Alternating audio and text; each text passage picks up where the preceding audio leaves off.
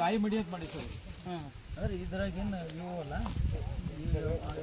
ಎಲ್ಲರಿಗೂ ನಮಸ್ಕಾರ. ನಾನು ಡಾಕ್ಟರ್ ರಾಜು ಜಿ ತೆಗ್ಗೇಳಿ ಅಂತೇಳಿ ಕೃಷಿ ವಿಜ್ಞಾನ ಕೇಂದ್ರ ಕಲಬುರಗಿಯಲ್ಲಿ ಹಿರಿಯ ವಿಜ್ಞಾನಿಯಾಗಿ ಕೆಲಸ ಮಾಡ್ತಾ ಇದ್ದೇನೆ.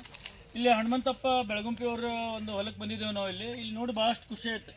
ಏನಪ್ಪ ಅಂತಂದರೆ ಎರೆಹುಳು ಗೊಬ್ಬರವನ್ನು ಮಾಡ್ತಕ್ಕಂಥ ಒಂದು ಕೆಲಸ ಮಾಡ್ತಾ ಇದ್ದಾರೆ. ಎರೆಹುಳು ಕೇವಲ ಎರೆಹುಳು ಗೊಬ್ಬರ ಅಲ್ಲ, ಅದಕ್ಕೆ ಎನ್ರಿಚ್ ಮಾಡ್ತಕ್ಕಂಥ, ಅದಕ್ಕೆ ಮತ್ತು ಪುಷ್ಟೀಕರಣ ಮಾಡ್ತಕ್ಕಂಥ ಒಂದು ಕೆಲಸ ಮಾಡ್ತಾ ಇದ್ದಾರೆ.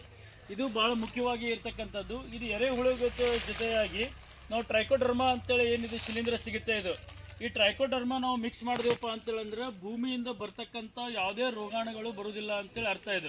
ಇದು ಏನಪ್ಪ ಅಂತೇಳಂತಂದ್ರೆ 1 ಕ್ವಿಂಟಲ್ ಎರೆಹುಳ ಗೊಬ್ಬರ ಇತ್ತು ಅಂತೇಳಂದ್ರೆ ಅದಕ್ಕೆ 1 kg ದಷ್ಟು ಟ್ರೈಕೋಡರ್ಮಾ ನಾವು ಮಿಕ್ಸ್ ಮಾಡ್ಬೇಕು. ಮಿಕ್ಸ್ ಮಾಡಿ ಸ್ವಲ್ಪ ನೀರು ಹಾಕಿ ಆಮೇಲೆ ನಾವು ಭೂಮಿಗೆ ಹಾಕ್ತಕ್ಕಂಥ ಒಂದು ಕೆಲಸ ಮಾಡಿದೆವಪ್ಪ ಅಂದ್ರೆ ಭೂಮಿಯಿಂದ ಬರ್ತಕ್ಕಂಥ ರೋಗಾಣುಗಳು ಯಾವ ಬರಂಗಿಲ್ಲ ಅಂತೇಳಿ ಇದು ಪ್ರಮುಖವಾಗಿರ್ತಕ್ಕಂಥದ್ದು. ಇದ್ರ ಜೊತೆಯಾಗಿ ನಾವು ಇಲ್ಲೆಲ್ಲ ನೋಡ್ಬೋದು. ಇದಕ್ಕೆ ಏನು ಮಾಡ್ತಾ ಇದ್ದಾರಪ್ಪ ಅಂತಂದ್ರೆ ನಮಗೆ ಇದು ಏಕದಳ ಧಾನ್ಯಗೆ, ಇದು ದ್ವಿದಳ ಧಾನ್ಯಕ್ಕೆ ಬೇಕಾಗಿತ್ತು ಸೂಕ್ಷ್ಮಾಣು ಜೀವಿಗಳನ್ನು ಮಿಕ್ಸ್ ಮಾಡ್ತಾ ಇದ್ದಾರೆ ಇಲ್ಲಿ. ಆಮೇಲೆ ಪೊಟ್ಯಾಶ್ ಕರಗಿಸುವಂಥ ಒಂದು ಸೂಕ್ಷ್ಮಾಣು ಜೀವಿಗಳನ್ನು ಮಿಕ್ಸ್ ಮಾಡ್ತಾ ಇದ್ದಾರೆ. ಅಂದರೆ ಏನಪ್ಪ ಅಂತಂದರೆ ಎಲ್ಲ ರೀತಿಯಿಂದ ಇದು ಒಂದು ಪೌಷ್ಟಿಕವಾಗಿ ಇರ್ತಕ್ಕಂಥ ಎರೆಹುಳ ಗೊಬ್ಬರ ಅಂತ ಹೇಳ್ಬೋದು ನಾವು. ಸಂಪೂರ್ಣವಾಗಿ ಬರೀ ಎರೆಹುಳ ಗೊಬ್ಬರ ಇದ್ರೆ ಅದರಾಗೆಲ್ಲ ಸಿಗ್ತದೆ. ಅದರ ಜೊತೆಯಾಗಿ ಇನ್ನೂ ಹೆಚ್ಚು ಒಂದು ಪೋಷಕಾಂಶಗಳು ಯುಕ್ತವಾಗಿ ಇರ್ತಕ್ಕಂಥ ಒಂದು ಸಂಪೂರ್ಣವಾಗಿ ಇರ್ತಕ್ಕಂಥ ಎರೆಹುಳ ಗೊಬ್ಬರ ಅಂತ ಹೇಳ್ಬೋದು. ಇದನ್ನು ನಾವು ಭೂಮಿಗೆ ಹಾಕಿದ್ದೇವೆ ಅಂತಂದರೆ ಭೂಮಿ ಫಲವತ್ತತೆ ಹೆಚ್ಚಿಗೆ ಆಗ್ತದೆ, ಭೂಮಿಯಿಂದ ಇಳುವರಿ ಹೆಚ್ಚಿಗೆ ಆಗ್ತೈತಿ, ರೋಗಾಣುಗಳು ಕಡಿಮೆ ಆಗ್ತವೆ. ಈ ರೀತಿಯಿಂದ ಇದಕ್ಕೆ ಸಂಪೂರ್ಣವಾಗಿ ಇರ್ತಕ್ಕಂಥ ಒಂದು ಆಹಾರ ಭೂಮಿಗೆ ಕೊಟ್ಟಂಗೆ ಆಗ್ತೈತಿ ಅಂತೇಳಿ ಹೇಳ್ಬೋದು. ಈಗ ನಾವು ಇಲ್ಲಿ ನೋಡಿದ್ದೇವೆ, ಇಲ್ಲಿ ಎರೆಹುಳ ಗೊಬ್ಬರ ಜೊತೆಗೆ ನಾನು ಇಲ್ಲಿ ಕೇಳಿದೆ, ಇಲ್ಲಿ ಎರೆಹುಳ ಗೊಬ್ಬರಗೆ ಒಂದೊಂದು ಬೆಳೆಗೆ ಒಂದು ಸ್ಪೆಸಿಫಿಕ್ ಆಗಿ ಇರ್ತಕ್ಕಂಥ ಒಂದು ಗೊಬ್ಬರ ಮಾಡ್ಕೊಂಡಿದ್ದಾರೆ. ಇಲ್ಲಿ ನಾವು ಈಗ ಉದಾಹರಣೆಗಾಗಿ ಇದು ಮೆಣಸಿನಕಾಯಿ ಗಿಡಕ್ಕೆ ಸ್ಪೆಷಲ್ ಆಗಿ ಇರ್ತಕ್ಕಂಥ ಎರೆಹುಳ ಗೊಬ್ಬರ ಅಂತ ಹೇಳ್ಬೋದು. ಇದಕ್ಕೆ ಇಲ್ಲಿ ಏನಾಗಿದೆ, ಒಂದು 100 kg ಎರೆಹುಳ ಗೊಬ್ಬರ, ಅದರ ಜೊತೆಯಾಗಿ ಬೇವಿನ ಹಿಂಡಿ ಭಾಳ ಪ್ರಮುಖವಾಗಿ ಇರ್ತಕ್ಕಂಥದ್ದು, ಬೇವಿನ ಹಿಂಡಿ, ಆಮೇಲೆ ಬಿವೇರಿಯಾ ಬೆಸ್ಸಿಯನ್ನ, ಮೆಟರೈಸಿಯಮ್, ಆಮೇಲೆ ಇದ್ರ ಜೊತೆ ಟ್ರೈಕೋಡರ್ಮಾ, ಇವೆಲ್ಲ ಮಿಕ್ಸ್ ಮಾಡಿಕೊಂಡು ನಾವು ಒಂದು ಎರೆಹುಳಕ್ಕೆ ಪುಷ್ಟೀಕರಣ ಮಾಡ್ತಕ್ಕಂಥ ಒಂದು ಕೆಲಸ.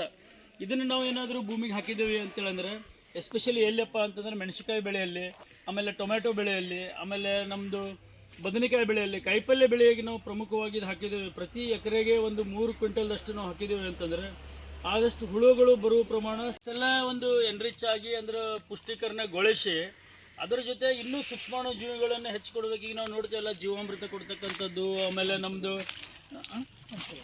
ಜೀವಾಮೃತ ಕೊಡ್ತಕ್ಕಂಥದ್ದು, ಪಂಚಗವ್ಯ ಕೊಡ್ತಕ್ಕಂಥದ್ದು, ಆಮೇಲೆ ನಾವು ವೇಸ್ಟ್ ಡಿಕಂಪೋಸರ್ ಕೊಡ್ತಕ್ಕಂಥದ್ದು, ಗೋಕೃಪಾ ಅಮೃತ ಕೊಡ್ತಕ್ಕಂಥದ್ದು, ಅಷ್ಟು ಪ್ರತಿಯೊಂದನ್ನು ನಾವು ಮೀನಿದ ಒಂದು ಎಣ್ಣೆ ನಾವು ಮಾಡ್ತಕ್ಕಂಥದ್ದು, ಪ್ರತಿಯೊಂದನ್ನು ಕೂಡ ನೈಸರ್ಗಿಕ ಹತ್ತಿರವಾದಂಥ ಒಂದು ಕೃಷಿಯದಿದೆ. ಅದಕ್ಕೆ ಇವೆಲ್ಲ ಜೀವಾಣುಗಳನ್ನು ಕೂಡ ಇದ್ರ ಕಾಂಪೋಸ್ಟಲ್ಲಿ ಒಂದು ಮಿಕ್ಸ್ ಆಗ್ತದೆ. ಮಿಕ್ಸ್ ಆಗಿದ್ರೆ ಏನಾಗ್ತೈತಪ್ಪ ಅಂದರೆ ಹೆಚ್ಚಿಗೆ ಇನ್ನೂ ಉತ್ಕೃಷ್ಟವಾಗಿ ಆಗ್ತದೆ. ಅದಕ್ಕೆ ಇದು ಒಂದು ಸಲ ಸಂಪೂರ್ಣವಾಗಿ ಇರ್ತಕ್ಕಂಥ ಒಂದು ಗೊಬ್ಬರ ಅಂತ ಹೇಳ್ಬೋದು.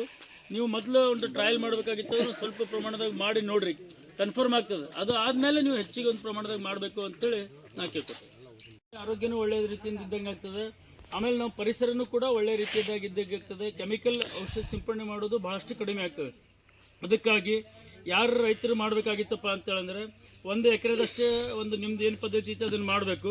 ಅದ್ರ ಜೊತೆಯಾಗಿ ಇಲ್ಲಿಂದ ಗೊಬ್ಬರ ತೊಗೊಂಡು ಹೋಗಿ ನೀವು 1 ಎಕರೆದಲ್ಲಿ ಮಾಡಿದಿರಿ ಅಂತಂದರೆ ಗೊತ್ತಾಗ್ಬಿಡ್ತೀವಿ ವ್ಯತ್ಯಾಸ ಏನೈತಿ ಅಂತೇಳಿ. ಆ ರೀತಿಯಾಗಿ ಮಾಡಿದರೆ ಒಳ್ಳೆ ರೀತಿಯಿಂದ ಬರ್ತಕ್ಕಂಥ ಒಂದು ಕೆಲಸ ಆಗ್ತದೆ. ಇದನ್ನು ನಾವು ಮೆಣಸಿನಕಾಯಿಗೆ ಮಾಡ್ಬೋದು. ಕಬ್ಬಿಂದನೂ ಕೂಡ ಮಾಡಿದ್ದಾರೆ.